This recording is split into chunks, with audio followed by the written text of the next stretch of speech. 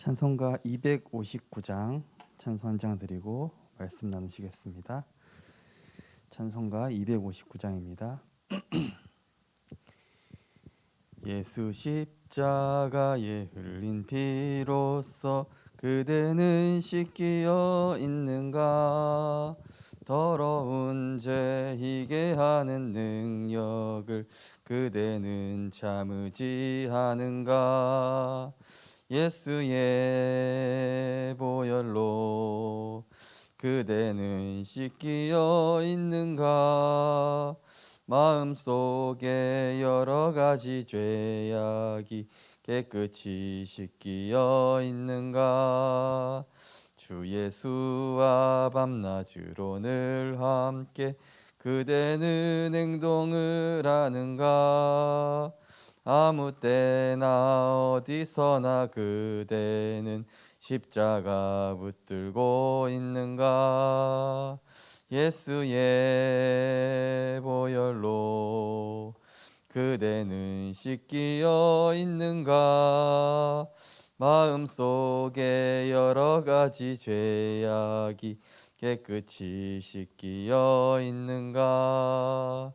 주님 예수 다시 올 때 그대는 영접할 예복이 있는가? 그대 몸은 거룩한 곳 천국에 들어갈 준비가 됐는가? 예수의 보혈로 그대는 씻기어 있는가? 마음속에 여러 가지 죄악이 깨끗이 씻기어 있는가? 모든 죄에 더러워진 예복을 주 앞에 지금 다 벗어서 샘물같이 솟아나는 보혈로 눈보다 더 이게 씻으라. 예수의 보혈로 그대는 씻기어 있는가? 마음속에 여러 가지 죄악이 깨끗이 씻기어 있는가? 아멘. 하나님 은혜를 감사를 드립니다. 부활하신 주 예수 그리스도의 십자가의 능력과 부활의 권능으로 우리에게 영원한 하나님의 자녀 신분 권세 주시고 흑암의 권세에서 완전한 승리와 해방을 주셨으며 사단의 권세를 깨뜨리신 만왕의 왕으로 하늘과 땅의 모든 보좌의 권세를 가지고 지금도 우리와 함께 하심을 감사드립니다. 하나님, 날마다 부활의 축복 누리기 위하여 매 순간 주는 그리스도시요 살아계신 하나님의 아들이십니다 고백하게 하시고, 살든지 죽든지 내 몸에서 그리스도가 존귀케 되기를 원한다. 먹든지 마시든지 무엇을 하든지 하나님의 영광을 위하여 하기 원한다. 이러한 바울의 믿음의 고백을 통하여서 정말로 우리의 신앙이 날마다 그리스도의 부활에 참여하게 되어지는 세 가지 영적 싸움에 승리하는 우리들 될 수 있도록 인도하여 주옵소서. 말씀에 인도받는 것이 내 삶에 더 당연해지고 더 쉬워지며 자신, 세상, 환경을 영적인 힘으로 능가할 뿐 아니라 세상을 살리게 되는 전도자로 응답받을 수 있도록 인도하여 주옵소서. 예수 그리스도 이름으로 기도드립니다. 아멘. 하나님 말씀은 사도행전 1장 4절에서 8절 말씀입니다. 사도행전 1장 4절에서 8절 말씀. 네, 우리 5절을 같이 합독하도록 하시겠습니다. 사도와 함께 모이사 그들에게 분부하여 이르시되 예루살렘을 떠나지 말고 내게서 들은 바 아버지께서 약속하신 것을 기다리라. 요한은 물로 세례를 베풀었으나 너희는 몇 날이 못되어 성령으로 세례를 받으리라 하셨느니라. 그들이 모였을 때 예수께 여쭈어 이르되 주께서 이스라엘 나라를 회복하심이 이때니이까 하니, 이르시되 때와 시기는 아버지께서 자기의 권한에 두셨으니 너희가 알 바 아니요 오직 성령이 너희에게 임하시면 너희가 권능을 받고 예루살렘과 온 유대와 사마리아와 땅끝까지 이르러 내 증인이 되리라 하시니라. 아멘. 이번 주 현장 다락방 우리 지역장 권찰 조장님들께서 전달하실 말씀은 현장 복음 메시지 성령 충만이 무엇인가입니다.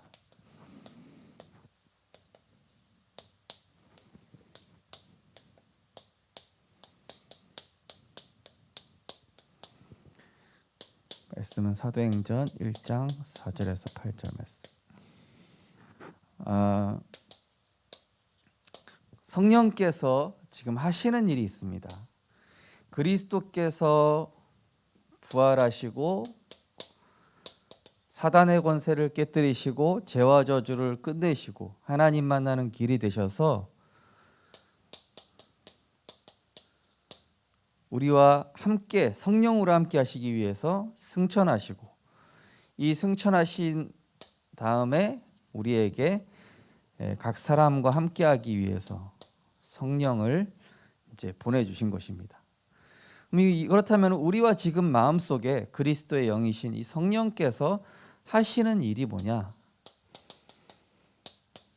이 성령께서 하시는 일이 첫 번째로 거기 보시면은 믿음의 사람을 정확히 인도하신다 그랬습니다.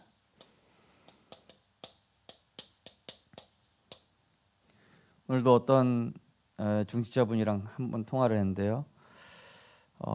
요즘 내가 말씀의 인도 안 받으니까 어떻게 목사님 기가 막히고 알고 전화했냐 이러시더라고요.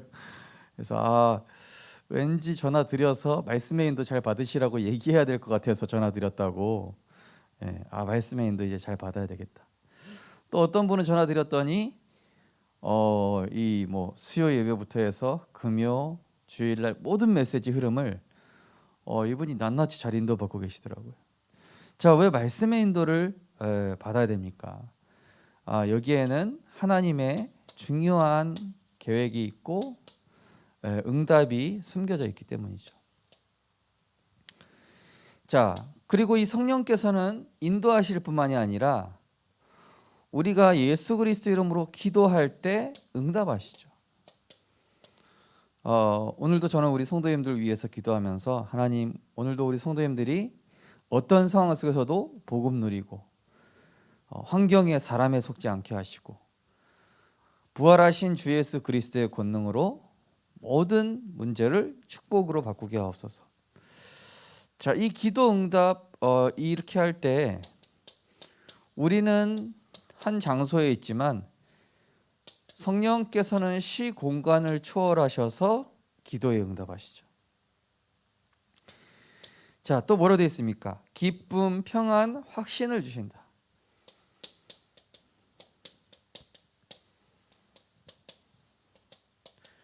요한복음 16장 24절에 보시면 나와 있죠. 내 이름으로 너희가 구하면 너희 기쁨이 충만하리라. 뭡니까? 우리 성령께서 우리가 기도할 때요, 이 힘을 주시는 겁니다. 보좌에서 내리는 힘을 주시는 겁니다. 그러니까 어떤 상황에 있어도 기쁨, 평안, 확신. 또 성령께서 하시는 일이 있습니다. 세상과 자신과 사탄을 이길 수 있는 힘, 이길 힘. 세상과 사탄과 자신을, 에베소 6장 18절에 하나님의 전신갑주의 축복을 우리에게 주셨죠. 세상 이길 힘을 우리에게 주시는 것입니다. 한마디로 누림이죠, 누림.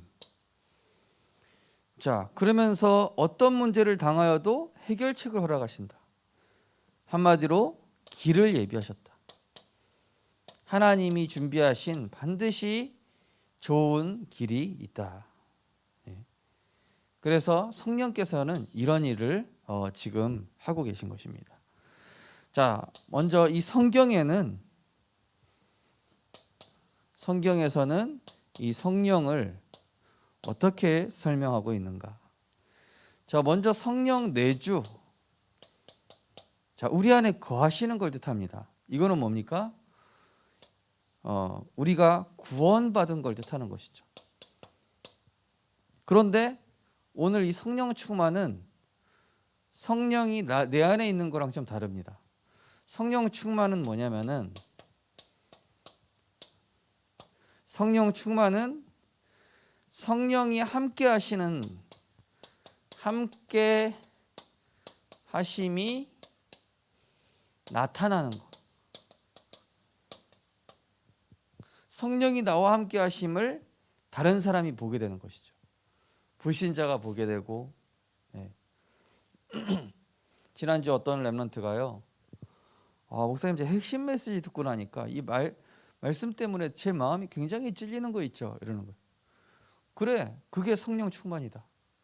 말씀 듣다가 깨달아지고요, 말씀 듣다가 막 힘이 나고, 또 말씀 듣다가 굉장히 막 내가 이렇게 이 내가 말씀 놓쳤구나, 이 깨달아지는 게요, 사실은 성령 충만이에요. 그래서 성령 내주는 구원받은 것이고, 성령 충만은 그 성령이 함께 하심이 나타나는 것이다. 자, 성령 충만에 대해서 더 자세히 말씀을 나누고 있습니다. 자, 성령 충만이란 뭐라고 나와 있냐면은 그리스도로 충만한 것이다. 자, 여기 컵이 있는데요, 충만이 뭐죠? 충만은 물 충만이면 뭡니까? 여기에 물만 가득한 것이 물 충만이죠. 그러면 여기에 기름이 가득하면 기름이 충만인 것입니다. 예. 자동차가 가려면은 기름을 딱 만땅 넣죠, 그죠? 예. 자, 그리스도로 충만하다는 건 뭐냐? 다른 불순물이 들어가지 않았다는 얘기예요. 내 생각, 염려, 불신앙 하나도 안 들어갔다는 얘기죠. 예. 두려움, 걱정, 염려 이런 거 하나도 안 들어가고, 그리스도로 충만하다는 것은 오직 말씀으로 충만하다는 것이죠. 자, 그래서 성령 충만은 뭐라고 되어 있냐면은 자신에 대하여 죽고 그리스도와 연합하여 산 자. 예.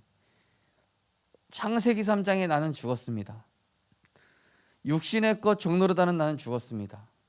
내 안에 그리스도께서 사심으로 나는 새로운 피조물입니다.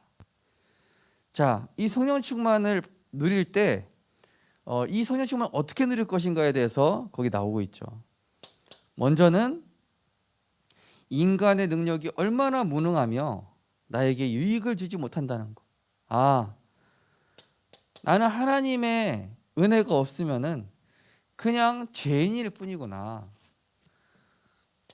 우리는 그냥 죄인이며 절대로 우리의 힘을 가지고는 영적 문제 해결할 수 없다. 그래서 나는 반드시 그리스도가 필요하구나.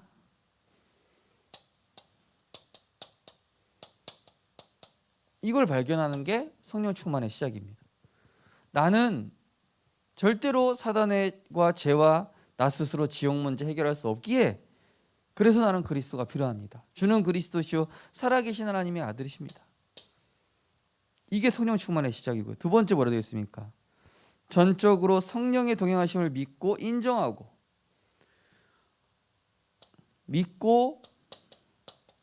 인정하고 따르는 것.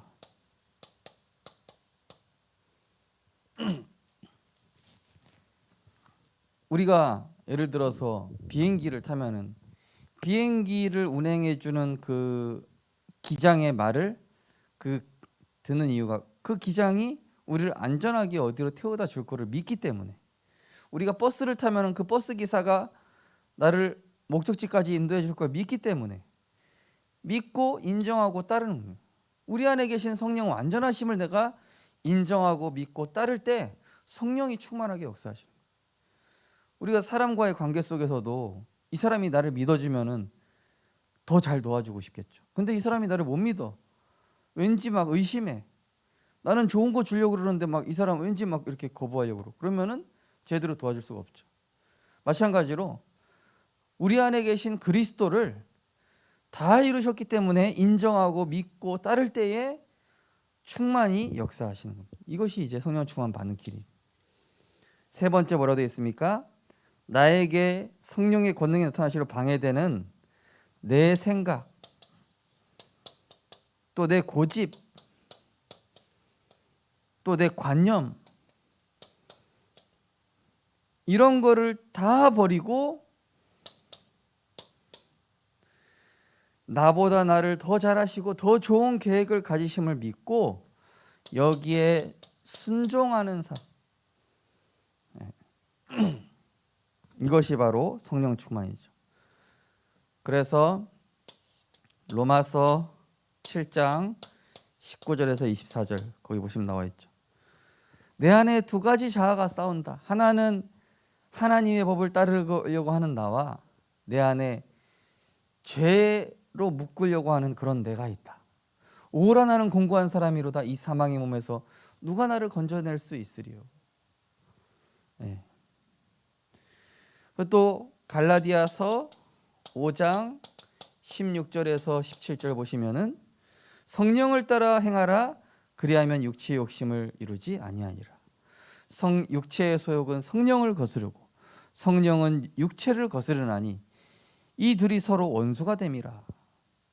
내가 복음 누리는 생각하면은 육신의 생각은 눌려버리게 돼 있습니다. 근데 내가 육신의 생각을 많이 하면은 영적인 생각을 하지 못하게 돼 있어요. 물과 기름처럼 섞일 수 없는 겁니다. 그래서 뭡니까? 내 거 필요 없다. 하나님 것이면 된다. 복음이면 충분하다. 여호와는 나의 목자시니 내게 부족함이 없으리로다. 그리스도는 완전합니다. 충분합니다. 모든 것입니다. 그것이 바로 성령 충만이죠. 자, 성령 충만 받지 못하는 이유가 거기 나오고 있습니다.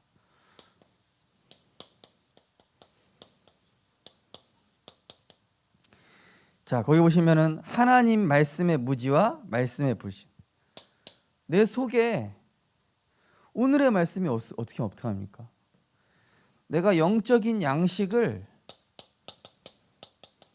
우리가 아침에 밥 안 먹으면 힘이 없고요, 우리가 식사를 안 하면 힘이 없는 것처럼 내 영혼에 말씀이라는 양식이 있어야 되는데 이게 없는 거예요. 한마디로 영적 빈곤, 영적 빈혈, 영적 빈혈 상태.